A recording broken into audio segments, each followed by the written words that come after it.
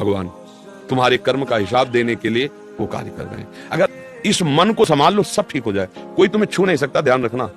जब तक तुम्हारा कर्म तुम्हें दंड देने के लिए, तब तक कोई तुम्हें बचा नहीं सकता। और अगर कर्म नहीं है तो तुम्हें कोई दंड नहीं दे सकता। तुम सांपों के बीच से निकल जाओगे, कोई काटेगा नहीं।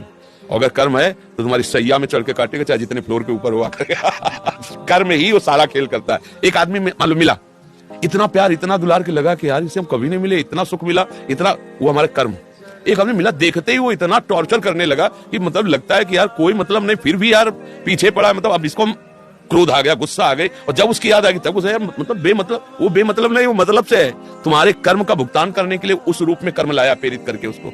अगर शुद्ध ज्ञान हो जाए तो कभी झगड़ा ना हो, कभी गुस्सा ना है।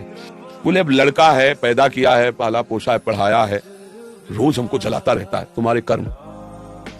बोले क्या बताएं, ऐसा पुत्र पैदा हुआ, जिस दिन से पैदा हुआ है आनंद ही आनंद है, उसको देख के सुख मिलता है, उसके आचरण से सुख, तुम्हारे कर्म।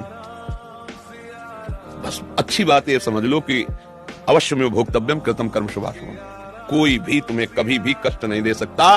तुम्हें कष्ट देगा तो तुम्हारा कर्म तुम्हें कष्ट है। तो कर्म करवाया किसने? अहंकार और मन ने। मारो इनको।